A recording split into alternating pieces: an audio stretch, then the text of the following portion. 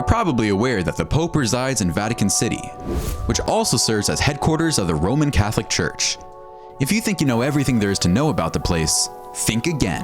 Here are 12 secrets the Vatican doesn't want you to know. Number 12. The Vatican Army of Exorcists. While it would be easy to dismiss exorcism in the age of modern psychology and neuroscience as a relic of the Middle Ages and horror films, the truth is that it is still practiced inside the Catholic Church. The Vatican's previous head exorcist, who died in 2016, claimed to have performed 130,000 exorcisms during his lifetime. People must not hesitate to contact an exorcist if they are experiencing real spiritual difficulties, according to Pope Francis. Despite the controversy surrounding exorcism, which stems from its spectacular nature and allegations of abuse in its implementation, such rites have been performed by popes in contemporary times. Number 11. Vatican Bank Scandals. The Vatican Bank is a scandal-plagued financial institution. Since its inception in 1942, the Catholic Church's principal financial organization has been involved in so many scandals. The Vatican Bank was established during World War II to circumvent the limits imposed by the Allies on financial operations, and because of its exemption on such restrictions, it became known as the world's best offshore bank. Since then, the Vatican Bank has gained a reputation for its ties to organized crime, which uses the Vatican's sovereignty to avoid monitoring by international banks. The Vatican is accused of attempting to purchase $900 million in counterfeit bonds and securities from a mafia-linked organization in the 1970s. The fall of Banco Ambriosano, an Italian bank in which the Vatican was a major stakeholder, and which was used to launder money for the mafia, is the most well-known of the Vatican mafia scandals. Following Ambrosiano's demise, its chairman, Roberto Calvi, who some believe assassinated Pope John Paul I, was discovered hanging beneath a bridge, in what was later determined to be a mob murder disguised as suicide. It goes without saying that initiatives to restructure the Vatican Bank have been underway for several years. Before we go on, like this video, pop the subscribe button, and ring the notification bell right now, or the ghost in your closet will manifest itself tonight. Number 10. Smuggling Nazis to safety. Following Allied victory in Germany at the end of World War II, the Nazis found Europe to be an uncomfortable place to live and sought refuge overseas. Thousands of high-ranking Nazi officials, many of whom were war criminals, managed to flee to South America, namely Brazil, Chile, and Argentina. Most of these fugitives were able to flee Europe by taking so-called rat lines across Spain or Italy.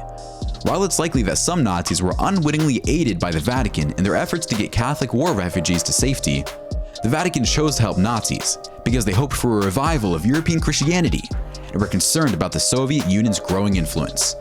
Whatever the motivation, the Vatican Refugee Commission unquestionably offered bogus identities to Nazi fugitives.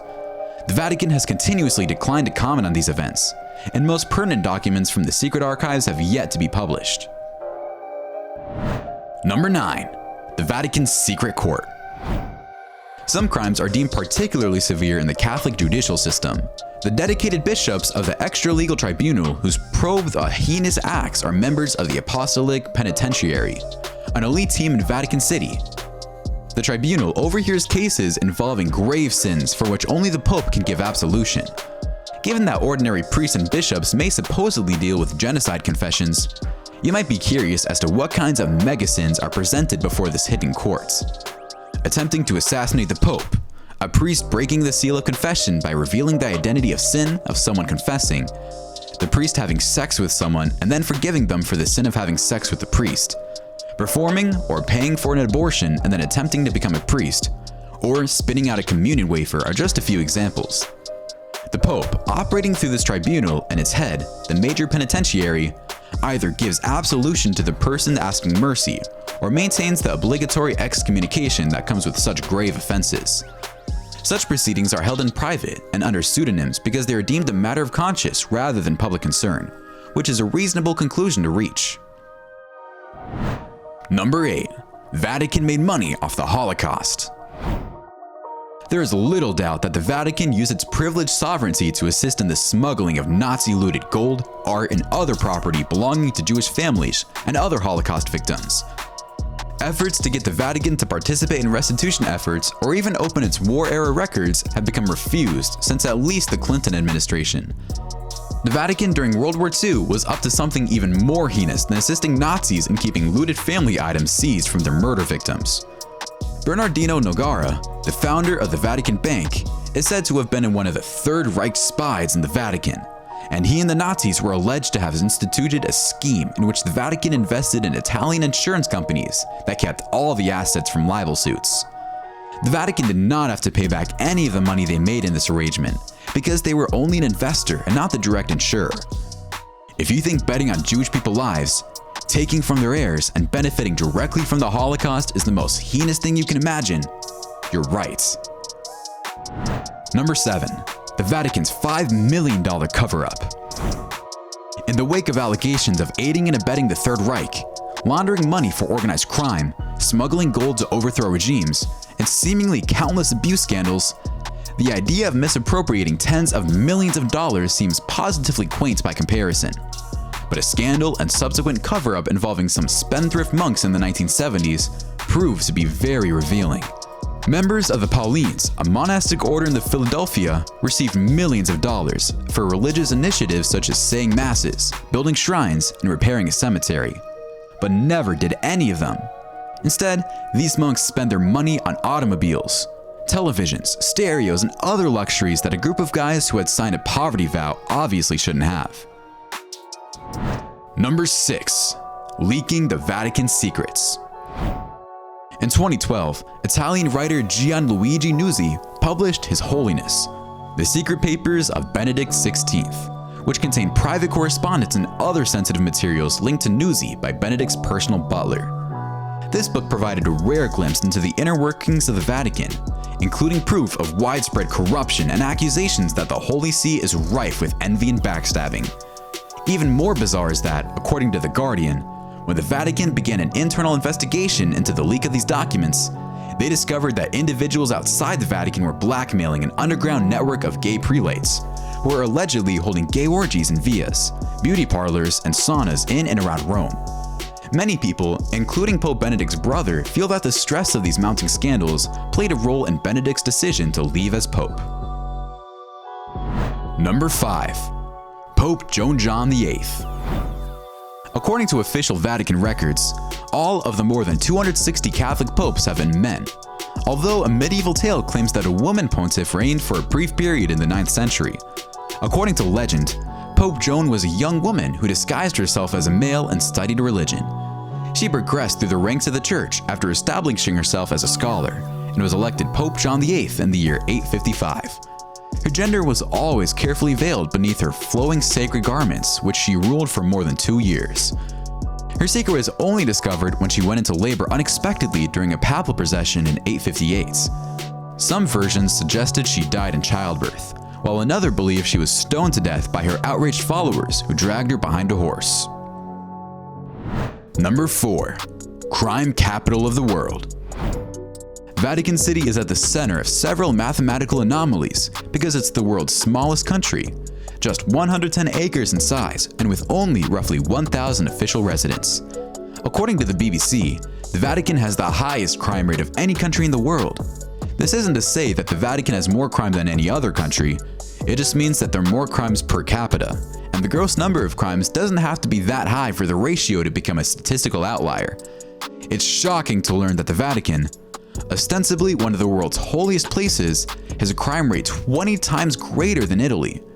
Basically, pickpocket Disneyland. But keep in mind that it's all about proportions and ratios. Furthermore, these crimes are mostly perpetrated by the millions of people that visit St. Peter's Square each year, rather than by the Pope or the Swiss Guards or whoever. Number 3. Rwandan genocide. The genocide in Rwanda cruelly exemplifies humanity's potential for violence against one another. It also emphasizes the international community's commitment to safeguarding the innocents, as well as how organizations that claim to value human life can be tainted. One such institution is the Catholic Church. The Church not only failed to defend human life, but its members actively participated in the massacre of the Tutsi people. The UN International Criminal Tribunal for Rwanda accused 4 Catholic priests for their roles in the genocide in Rwanda in 2001. Athan Seramba, a Rwandan Catholic priest who was sentenced to life in jail for actively engaging in the slaughter of about 2,000 Tutsis who sought refuge in his church, was one of them. The Catholic Church has been chastised by the United Nations in the past for failing to apologize for its role in the atrocities. Human rights organizations have also criticized the Church for its role in the genocide in Rwanda. According to a 1998 assessment, there is overwhelming evidence that religious leaders kept their silence in the face of genocide, according to groups such as African Rights. They claim that the few indictments do not fully reflect the Church's role in the slaughter. Number 2. The Duplessis Orphans. The term Duplessis orphans refers to a group of children who are wrongly classified as mentally unfit and committed to psychiatric wards after suffering particularly horrific treatment at the hands of the state and the Catholic Church. The goal was to get the most out of federal financing, which was more generous for hospitals than for orphanages at the time. In the arrangement, the Church was complicit. Entire orphanages were reclassified as psychiatric facilities in some cases, such as Mont Providence. The nuns' relationship with their charges changed radically because of this. They ceased educating the children, who were henceforth considered as mentally inferior patients. Approximately 2,000 to 4,000 children were assaulted physically, emotionally, and sexually. When they grew unwell, they were not treated. Many orphans were forced to labor as domestics, farmhands, or as helpers in church-run institutions like hospitals, with their wages going to the orphanages. Several people killed themselves, committed suicide, or suffered from mental illness. According to news reports, some people were subjected to lobotomies, electroshock, straitjackets, and corporal punishments. Number 1. The Vatican's Gay Elites.